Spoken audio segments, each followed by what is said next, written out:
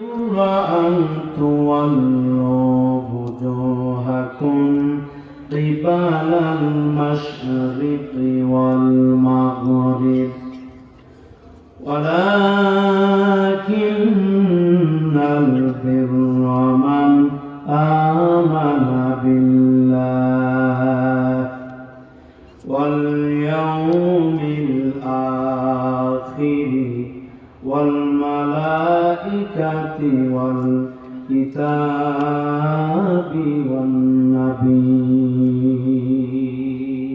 صدق الله مولانا العظيم. وعن أبي أمامة رضي الله تعالى عنه أنه قال رسول الله صلى الله عليه وسلم: من أحب لله وأبغض لله وأعطى لله ومنع لله فقد استكمل الإيمان. رواه أبو داود. أو كما قال عليه الصلاة والسلام: إن الله وملائكته يصلون على النبي يا أيها الذين آمنوا صلوا عليه وسلموا تسليما. اللهم صل على سيدنا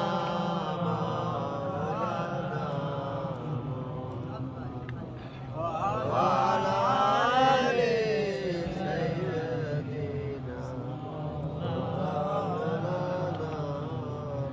প্রাণ খুলে সবাই মহব্বতের সাথে বলেন: আল্লাহুম্মা সাল্লি আলা সাইয়্যিদিনা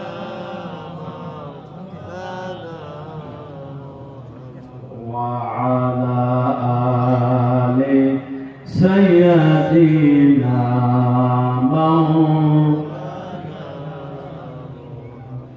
বালাগাল উলা বিকামালিহি কাশাফাত দুজা বিজামালিহি হাসানাত জামিউ খিসালিহি সাল্লু আলাইহি। ওলায়ে ফুল তো বুলবুল কা तरन्नुम भी न हो, जिन्ने दहर में कलियों का तबस्सुम भी न हो। बलगल उला बिकमालिही कशफत दुजा बिजमालिही हसनत जमीउ खिसालिही सल्लु आलैहि। আলহামদুলিল্লাহ। মুআজ্জাজ হাজিরিন, সম্মানিত মুসল্লিবৃন্দ, সম্মানিত উপস্থিতি, মরহুম ভাসানী সরকার প্রতিষ্ঠিত খালিয়াপাড়া কবরস্থান সংলগ্ন হাফিজিয়া মাদ্রাসার উন্নতি কল্পে 13তম বার্ষিকী বিরাট তাফসীরুল কোরআন মাহফিলের সম্মানিত সভাপতি মহোদয় জনাব মোহাম্মদ রফিকুল ইসলাম, সভাপতি অত্র মাদ্রাসা, প্রধান অতিথি জনাব এম আকবর আলী, সাবেক এমপি, মাননীয় জাতীয় সংসদ সদস্য 65 সিরাজগঞ্জ উল্লাপাড়া ও বিএনপি মনোনীত এমপি পদপ্রার্থী, প্রধান মেহমান জনাব আলহাজ মাওলানা রফিকুল ইসলাম খান, সিনিয়র সদস্য রাজশাহী বিশ্ববিদ্যালয় সহকারী সেক্রেটারি জেনারেল বাংলাদেশ জামাত ইসলামী। আজকের মাহফিলের প্রধান আকর্ষণ, প্রধান বক্তা বিশিষ্ট ইসলামী চিন্তাবিদ, মুফাসসিরে কোরআন, মিডিয়া ব্যক্তিত্ব, যুবকদের আইডল, উত্তরবঙ্গের আলোড়ন সৃষ্টিকারী বক্তা শায়েখ শাফি মোহাম্মদ আব্দুল বারী, রংপুর, গবেষক, আল কোরআন রিসার্চ সেন্টার, ঢাকা। আমার পূর্বে আলোচনা করে ধন্য করেছেন বিশিষ্ট ইসলামী চিন্তাবিদ, মুফাসসিরে কোরআন, হাফেজ মাওলানা মোহাম্মদ শিহাবউদ্দিন, পেশ ইমাম ও খতিব, খালিয়াপাড়া কেন্দ্রীয় জামে মসজিদ। মঞ্চে বসা ওলামায়ে হযরত, ওলামায়ে কেরাম, সামনে আছেন কোরআন প্রেমিক মুসলিম ভাতৃবৃন্দ। আল্লাহ রাব্বুল ইজ্জত ওয়াল জালাল ওয়াল কিরাম তার দরবারে শুকরগুজার করছি যে আল্লাহ সুবহানাহু ওয়া তাআলা একটি বছর পরে হলেও ঐতিহ্যবাহী খালিয়াপাড়া হাফিজিয়া মাদ্রাসার বাৎসরিক মাহফিলে আমাদেরকে এসে বসার মতো সুযোগ করে দিয়েছেন। আমরা সেই মাবুদের দরবারে লাখ কোটি সুজুদ পেশ করছি। সবাই প্রাণ খুলে, জবান খুলে পড়ছি আলহামদুলিল্লাহ।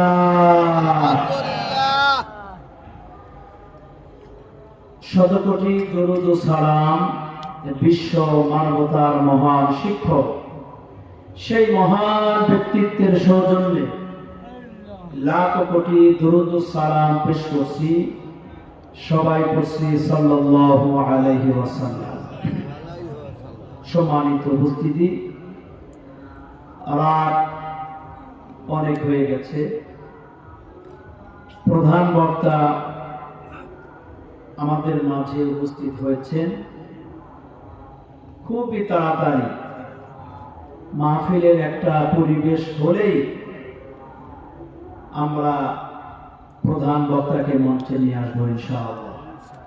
আলোচনা করার সময় নেই, খুবই মুক্তাসার দুটি কথা বলে মাদ্রাসার উন্নয়ন কল্পে যে বাৎসরিক মাহফিল, আমরা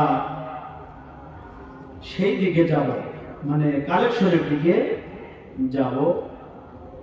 যেহেতু সময় অনেক পার হয়ে গিয়েছে, গভীর হয়ে গেছে, রাত, ঠান্ডা, তো যারা এখনো রাস্তাঘাটে আছেন, বাড়িতে আছেন, খুব তাড়াতাড়ি মঞ্চে চলে আসুন।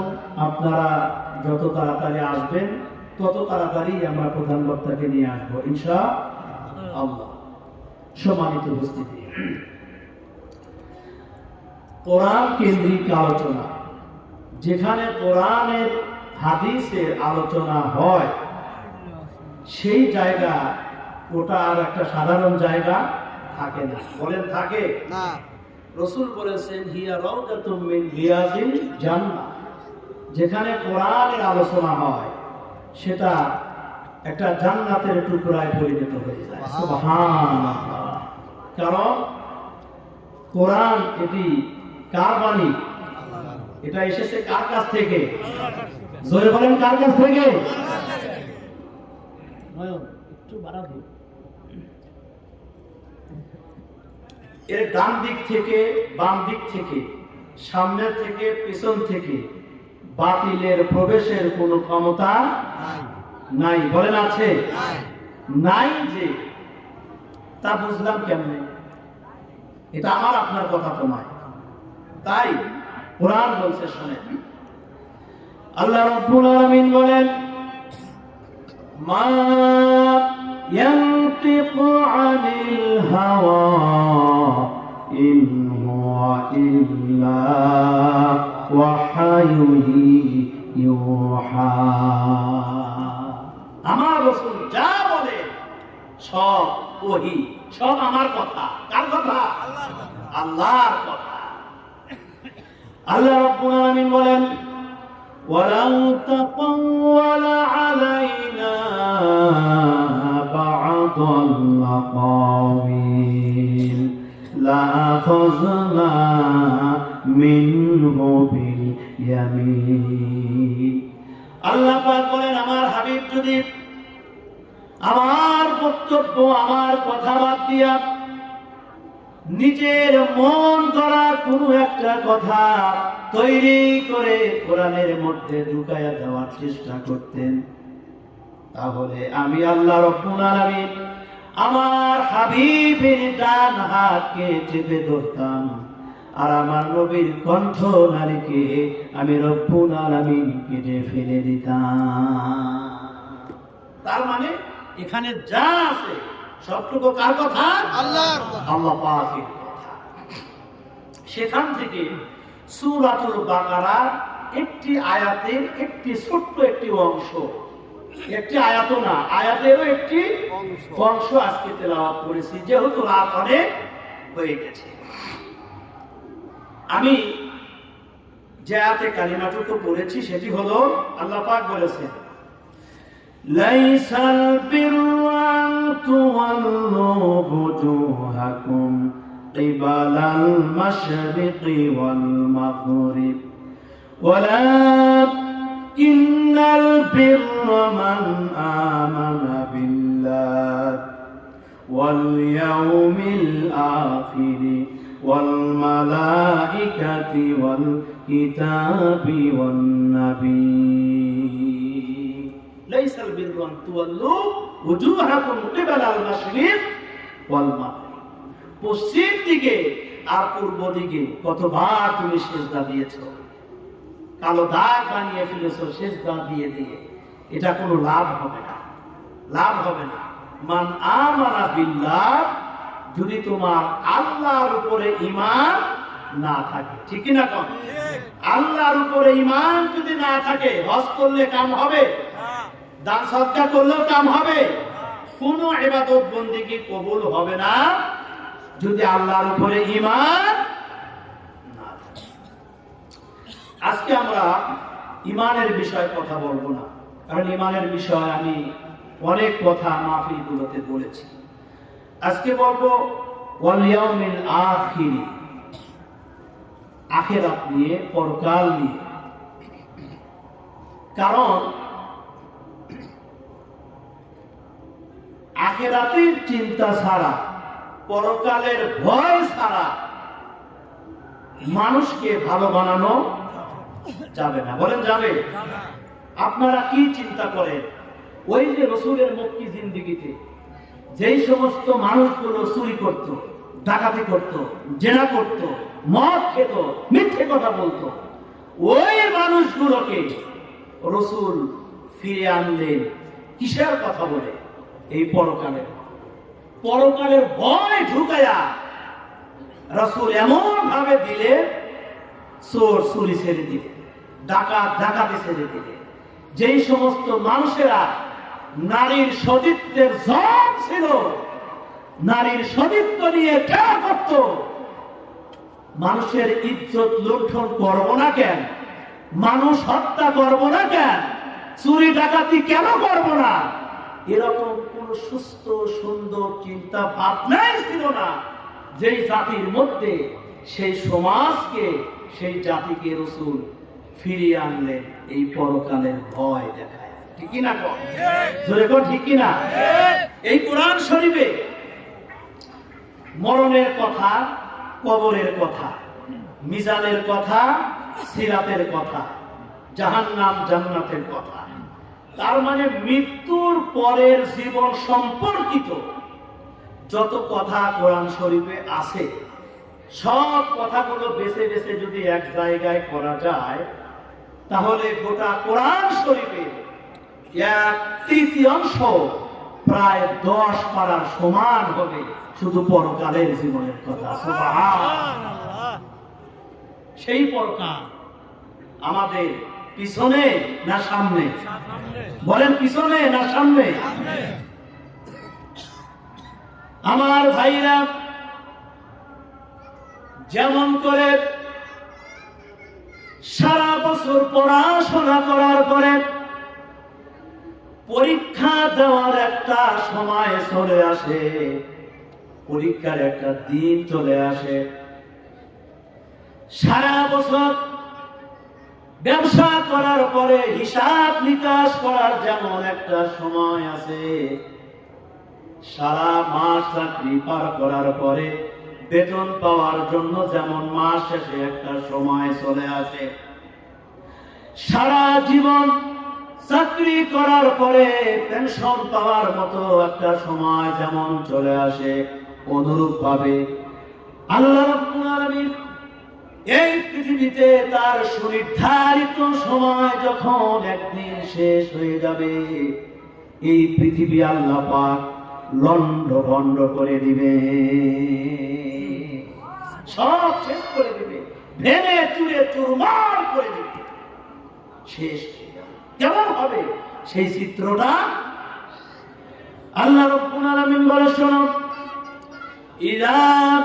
إذا السماء انفطرت وإذا الكواكب انتثرت وإذا البحار فجرت وإذا القبور بعثرت। আল্লাহ রাব্বুল আলামিন বলে, শোনো, আকাশসমূহ ভেঙে চুরে চুরমার হয়ে যাবে।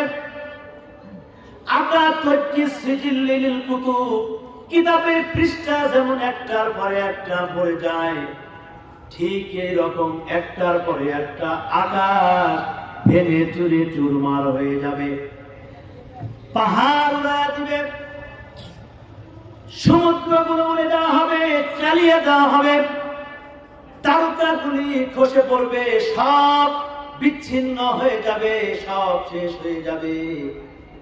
অবস্থাটা কেমন হবে শোনেন, ইদা সুলসিলাতিল আরদু জিলজালাহা ওয়া আখরাজাতিল আরদু আসকালাহা। পৃথিবী যখন তার প্রকম্পে প্রকম্পিত হবে, মাটির ভিতরে যা আছে মাটি সব বের করে দিবে। কান্নাহুম জারাদুন মুনতাশির, রুই পাখিগুলো যেমন একটার পরে একটা বের হয়, ঠিক আল্লাহ পাক বলেছেন মাটির ভিতরে যা আছে সেদিন মাটি সব বের করে দিবে, কিচ্ছু লুকায়িত থাকবে না, যা আছে সব উপরে আসবে।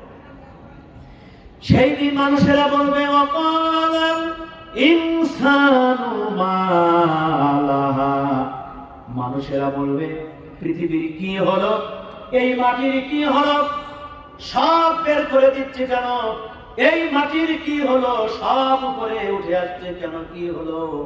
আল্লাহ পাক বলবে, শোনো, বিআন্না রাব্বাকা আওহালাহা, এই জন্য বের করে দিচ্ছে, এই মাটির রব হুকুম করেছে বের করে যে তোর ভিতরে যা আছে, যত সন্ত্রাস টাকা যা আছে সব বের করে দে। আল্লাহর হুকুম পাওয়ার পরে সব বের হয়ে আসবে। আল্লাহ রাব্বুল আলামিনের পরে কি হবে শোনো, ইয়াউমাইযি ইয়াসদুরুন নাসু আশতাতাল লিইউরাউ আ'মালাহুম, সেদিন মানুষেরা দলে দলে সব উঠতে থাকবে, দলে দলে সব হাজির হতে থাকবে। ফামাই